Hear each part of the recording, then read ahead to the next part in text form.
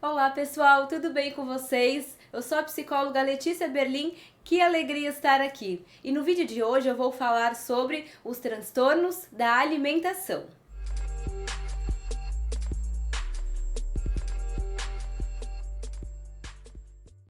Transtornos da alimentação são perturbações persistentes na alimentação ou no comportamento relacionado à alimentação. E muitas pessoas confundem transtornos da alimentação com transtornos alimentares. E eles são bem diferentes. Por mais que tenham um nome parecido, é muito importante a gente entender como que funciona. Até porque, para poder ser um transtorno alimentar, principalmente na anorexia, na bulimia nervosa, precisa ter uma preocupação excessiva com o peso e também uma distorção da imagem corporal, o que não acontece no transtornos da alimentação, porque o foco está justamente ali no comportamento disfuncional em relação ao alimento, em relação à alimentação, e não uma preocupação, eu quero fazer alguma coisa por conta da minha preocupação com o peso, por conta da minha preocupação com a minha imagem. Não, o transtorno da alimentação, ele já acontece de uma forma bem diferente. E nós temos 3 transtornos da alimentação, que é o transtorno de pica, o transtorno da ruminação e o terceiro é o transtorno alimentar restritivo evitativo, conhecido como TARI. E no transtorno de pica nós temos alguns critérios diagnósticos. O primeiro é uma ingestão persistente de substâncias não nutritivas, como por exemplo sabão, pedra, cabelo, e precisa acontecer por no mínimo 1 mês. Então, se for menos que este período, a gente não pode falar que a pessoa ela tem o transtorno de pica. Mas claro que é muito sofrimento, independente do tempo, a gente sabe o quanto que isso é difícil. Ter esse comportamento causa muitos prejuízos na vida da pessoa.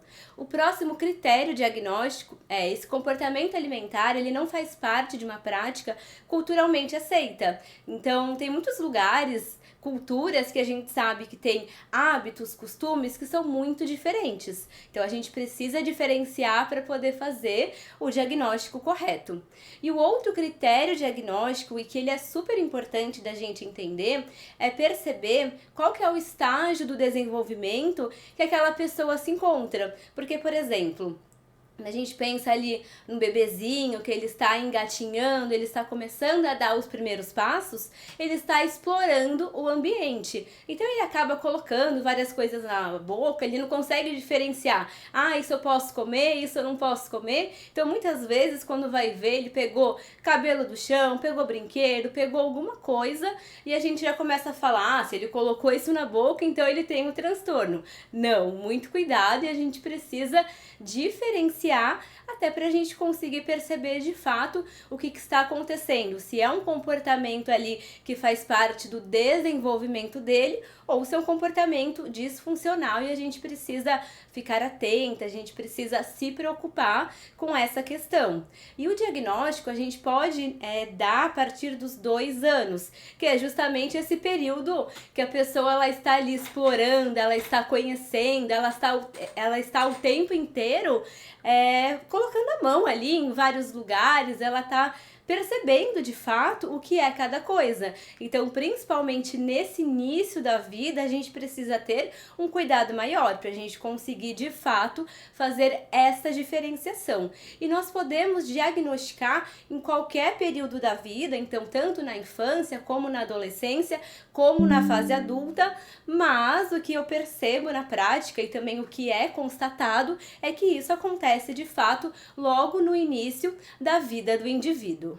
No transtorno da ruminação, nós temos como critério diagnóstico a regurgitação repetida do alimento, que seria a pessoa no momento que ela está ali mastigando, ao invés dela fazer aquele processo natural que a gente está acostumado de engolir o alimento e ir para o próximo pedaço, a próxima fatia, não, a pessoa ela fica fazendo este processo da mastigação de novo e acaba não engolindo o alimento ali no momento que deveria ser apropriado. Então, pensando como isso funciona, né? As pessoas, elas vão, comem um pedaço, comem o alimento, ficam ali um tempo e depois engole. Já no transtorno da ruminação, isso não acontece. E a gente precisa diferenciar, que até o próximo critério diagnóstico é que a pessoa a gente precisa ver se ela não tem um problema gastrointestinal, porque se ela tiver, já não vai ser mais o transtorno da ruminação, já vai ser uma outra coisa que a gente vai precisar identificar. Então, caso a pessoa ela tenha um problema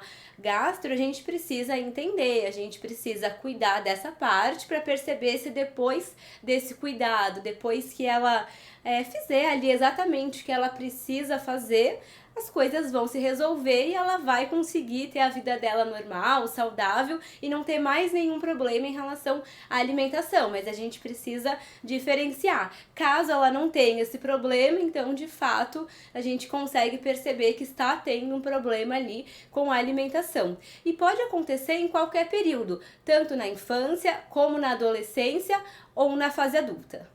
E no último transtorno da alimentação, que é o TARI, o transtorno alimentar restritivo evitativo, nós temos como critério diagnóstico uma perturbação alimentar, uma perturbação na alimentação, que seria uma falta de interesse. Então a pessoa, ela não demonstra que ela quer comer, né? Alguém fala pra ela, olha, tá na hora de você se alimentar, você precisa comer, você ainda não comeu. Ela vai tentando ali deixar de lado porque ela não tem interesse na alimentação.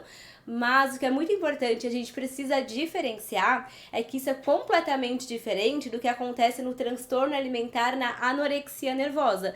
Porque a pessoa, no caso da anorexia, ela tem fome, ela quer comer, ela acaba não se alimentando por questão com peso, porque ela não quer engordar, porque ela tem ali uma distorção da imagem corporal. O que já não acontece no TARI, que é o transtorno da alimentação. A pessoa, ela não tem nenhum interesse, ela não quer comer, tem algumas coisas ali que passam pela cabeça dela que ela não quer ter um contato com a comida.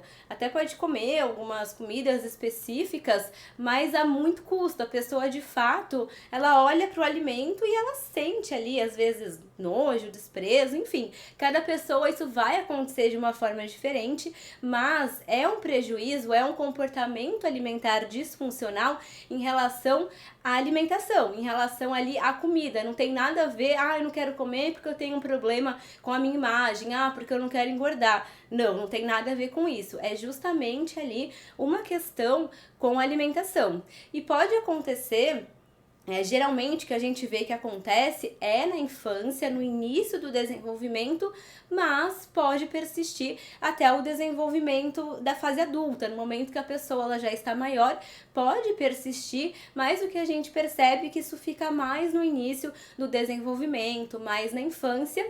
Claro que acaba também acontecendo a perda de peso, falta de nutrientes, então nutrientes que são muito importantes para a pessoa, ela acaba tendo que repor de uma outra maneira, justamente por conta deste comportamento alimentar disfuncional.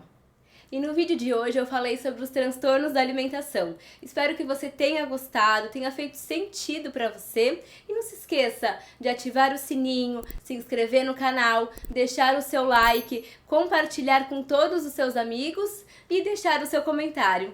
Muito obrigada e te aguardo no próximo vídeo.